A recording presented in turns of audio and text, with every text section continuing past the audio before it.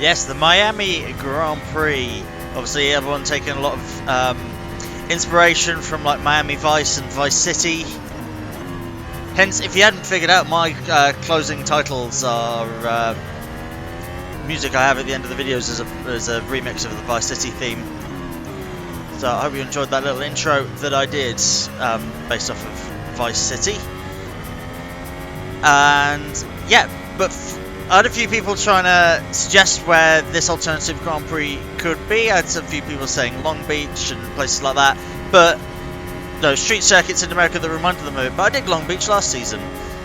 So, but amazingly, the state of Florida has so many good circuits. It has Sebring, it has Miami Homestead, and if you haven't recognised where we are here, then I don't know where you've been in the racing scene, but this is obviously Daytona. So let's see what an F1 race around the Daytona road course would be like. So I'm thankfully well versed in this track because I've recently done the track experience thingy on Gran Turismo 7. So you can run quite right at that hairpin. It's annoying because I've got a Mercedes in front. DRS is available pretty much everywhere. Then you come to this long hairpin. You want a wide entry, in my opinion. A bit too exuberant on the rear tyres there. This is tighter than you think as well, but then widens up. Might need to look at something with the diff about slow speed corners. Then of course the banking. We've only got banking at Zandvoort on the F1 calendar. This is really extreme banking. And then the long straight down the back. You start getting things 300 meters, 200 meters. F1 cars can brake just under the 200 meter mark for the little chicane, and then power it out for the final corner, all the way up to the start finish line. So obviously very, very high speed lap. Quite a short circuit as well. It's only 3.3 kilometers, so in real F1 it'd be 90 laps. So for us it's going to be 20, I think. 20, 25, something like that. Yeah, I'm going to buckle down, have a practice in F1 cars around Daytona, probably change the brake bias, which is what's causing me to spin there, and I'll see you for quali. So we're back out for quali. We have an Alpine out there, Ocon. Now amazingly, you got to... Oh, I missed the thing. I was really talking to you, talking to that. Okay. This run is going to be, this next lap is going to be over. Well, I'll still put it on. I've got DRS open. This lap's done because I can't get the run out of that final chicane. Nor did I have DRS open. So already the run into this corner is a lot slower. I mean, it's not far, but what have I done though? I've dropped a load of wing. So it's a lot less front and rear wing, because obviously a lot of long straights. Move the brake bias forward as well, so it's sort of braking on all four wheels rather than just the back two. That's pretty much it. Not much needs to be changed, I find, with these 2022 cars. It is you get to it and you realise it is a fun track, having the ends. Yeah, the guys who get to do it for 24 hours, that must be a fun race. It's a very fun track to do. So I've got someone behind trying to get past, but you got to adjust like the ERS way in advance. Like I'm adjusting it now.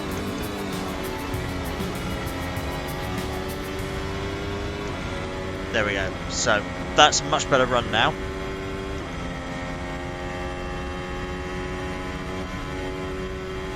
So ideally, actually, on the run in, you'd want to be higher up. because then you can carry a bit more speed. But too late for that now, so start the flying lap. That's a difficult corner because you've got to brake while turning down to third.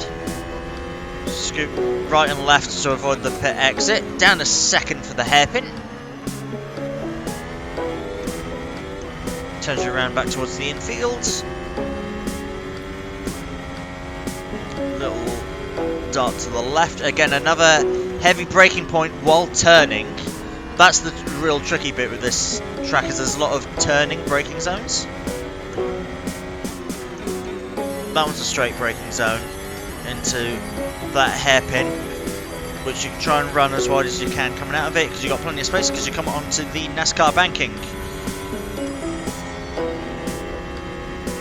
So shortest line is lowest down. I'm going to try and get slipstream from the car in front. He's holding. He's held me up way too much. Did whoever that was? I think it was Ocon. I caught them at the wrong point. Caught them through the chicane. I'm already a second quicker than that previous lap. So we'll see where that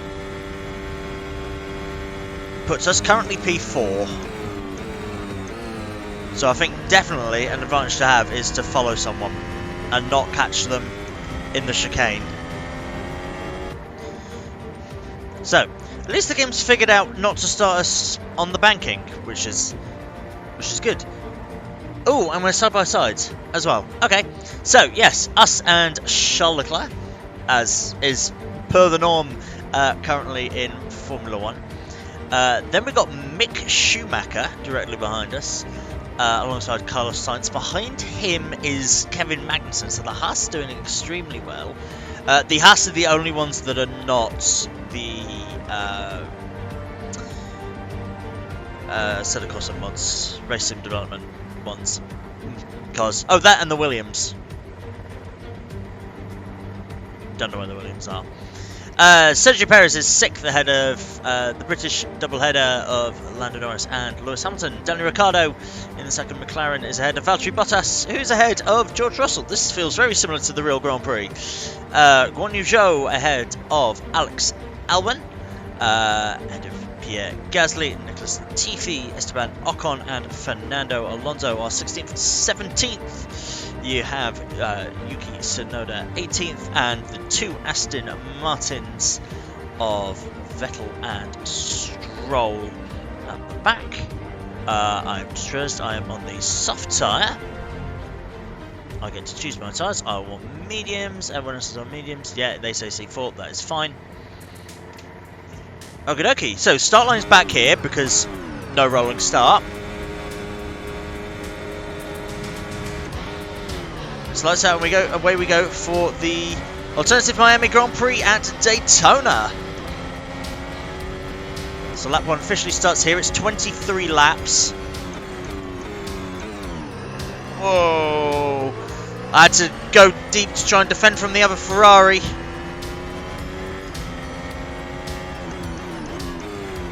The two Ferraris have gone at it already.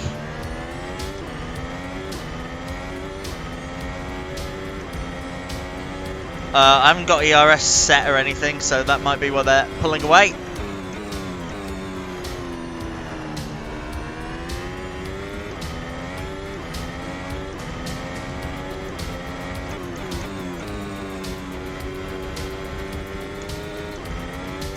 Bounce off the rev limiter in second there. Let's go on to top speed. Let's use the top speed. One. Oh, wasn't looking. Hit the thingy. This is where like NASCAR, IndyCar skills come into play. Dive in from Kevin Magnussen. There we go, and I'm keeping up with the Ferraris. The Red Bull has got a higher top speed than the Ferraris of about 10 kilometers.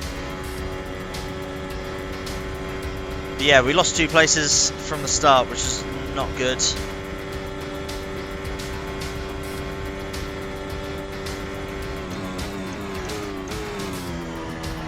let's hope we can keep gaining on them. I feel like the Ferraris are faster in the corners, which again is true to the real life.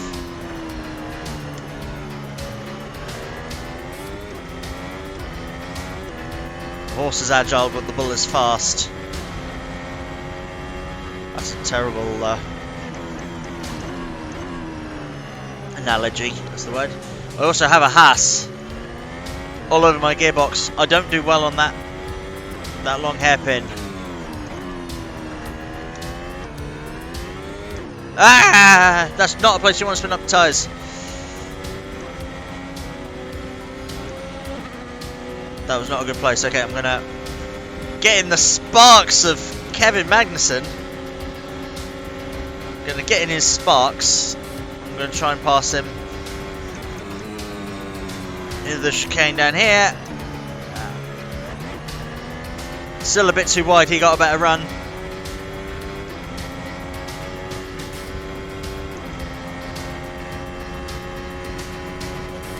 Thought some drivers might be in the pits. They're not.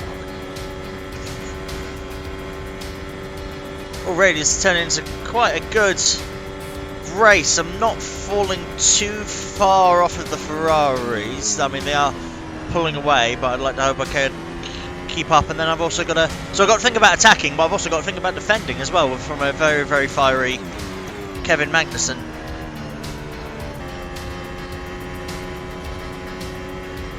I'm gaining on Sainz. I am actually gaining on Sainz. Shift down for the chicane. I'm very close. I'm quicker than a lot of the AI through the chicane. Yeah, and now I've got the slipstream down to the inside. And that is second place. Second place, of course, doesn't always necessarily mean... Just because you pass someone doesn't mean you're going to keep it. That's the rules with the slipstream. Now, I've lost the slipstream now. I'm ahead of that train. But I just need to see if I can either A, shake off Carlos Sainz, or B, try and see if I can catch Leclerc and use his slipstream to not be attacked by his teammate.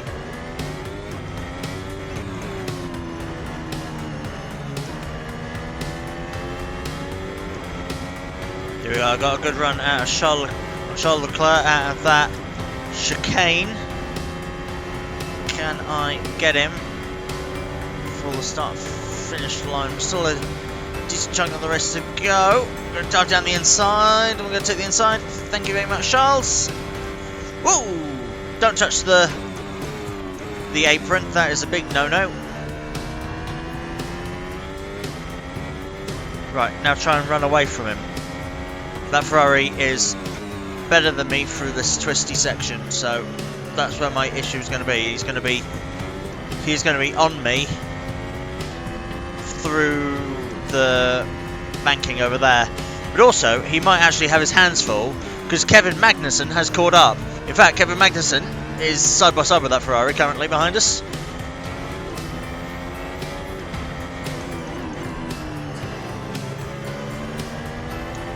And Kevin Magnussen is past. Kevin Magnussen has passed the Ferrari, and now I'm just a sitting duck. I can't do anything. I'm using as much ERS as I want. Okay, Mag backed off. That's all right. I set my car up mainly so I could be quick through there. Yeah, and I've pulled the gap now. So, okay. I need to defend now. I'm coming on to lap 10 of 23, so there's still 13 laps to go.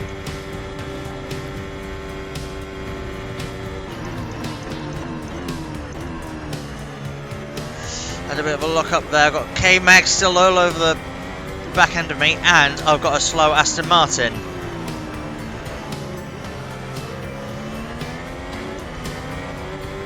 Thankfully, this is still Formula 1, and it is the road course of Daytona, so... Blue flags! That's why you don't go down there.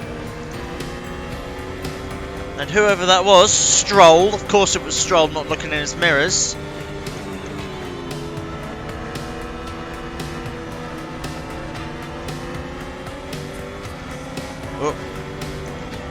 Stroll looking in his mirrors, but yeah, he... That's why you don't go down on that area, because the angle... Okay, K-Mag's pitting! I don't know why K-Mag's pitting.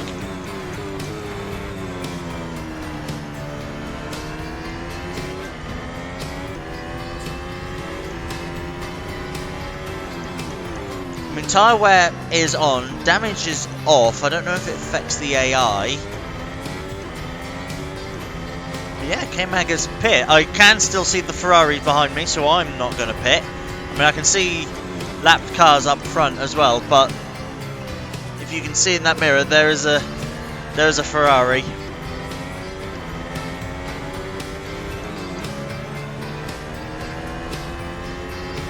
So I caught up to the back markers now. Let's get past Yuki. And Ocon. You've got a nice gap to Charles, he's about 4 seconds behind. And the AI struggled to overtake each other and back markers, so there is a Williams there.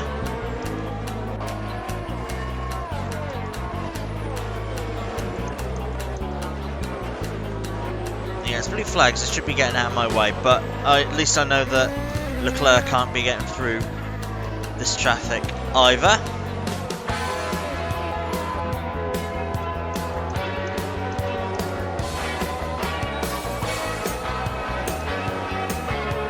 Don't block me, Latifi.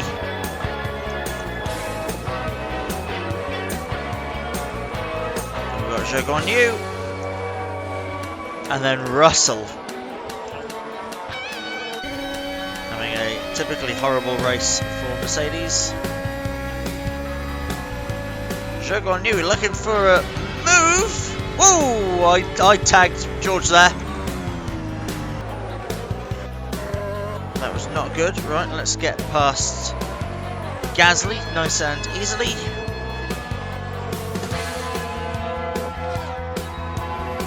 And there is Albon. And then we're fighting for the top 10 with 3 laps to go.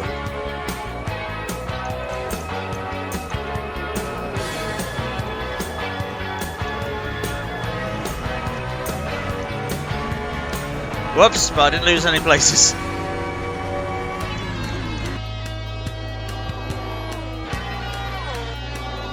So coming on to the final lap, I'm going to lap Alonso, who has won this race, the 24-hour race here. Still gets in my way, come on. Ah! That's not the right way to face.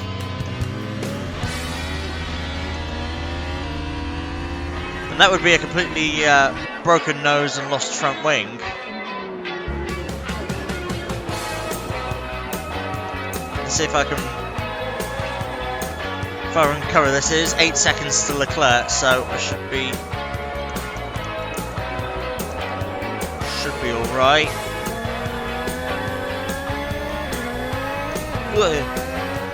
Damage is not on, so I shouldn't actually have any issues. Just the tyres might just be very, very overheated. I've got a bunch of lapped cars trying to get past as well, so at least they can hold up Leclerc. But yeah, it is a good circuit. It is a good circuit. It is Daytona. Legendary circuit in its own right. There are obvious reasons why F1 couldn't race here. Namely, you're going very, very fast with no runoff. It's just a solid brick wall. And yeah, we've seen 2005 Indianapolis, what happens with F1 cars that are there. But it would be amazing to see a Grand Prix here and be able to take the win at Daytona in a Formula 1 car. So yeah, we came first with Charles Leclerc second. Kevin Magnussen, despite pitting, still managed to come P3. He could have won the race. He's only 7 seconds behind. I don't know why he needed a pit, but he did. Sainz third. Sergio Perez ahead of Lando Norris and Daniel Ricciardo. Strong weekend here for McLaren, not in real life unfortunately. Lewis Hamilton ahead of Valtteri Bottas, that sounds familiar but not this year. And Fernando Alonso picks up a point for Alpine. Guanyu Zhou with his best result of the season in 11th. Alex Albon, Pierre Gasly, George Russell in between the two Frenchmen of Gasly and Ocon. Nicholas Latifi, Tsunoda. Mick Schumacher, having started really well high up, ends up down in 18th ahead of compatriot Sebastian Vettel and Lance Stroll at the back. That was a great race, wasn't it? I had great fun on that track. The racing could have been closer, could have been a bit better, but that was still great fun, wasn't it? And I thought this was a good alternative because it's still in Florida, amazingly. Because you got Miami Hard Rock, you got here, you've got Sebring. There's loads of great racetracks, particularly just in Florida alone, let alone the rest of the United States. So even though we are getting probably too many races in the US, they have got loads of good tracks to choose from, which is why they should go for these tracks that are already existing rather than creating brand new ones like Miami and the Vegas one. They should find ones that already exist because there's loads of great ones. Yeah, hope you guys enjoyed it, and I'll see you in either 1 or 2 weeks for the alternative Spanish Grand Prix. Bye bye.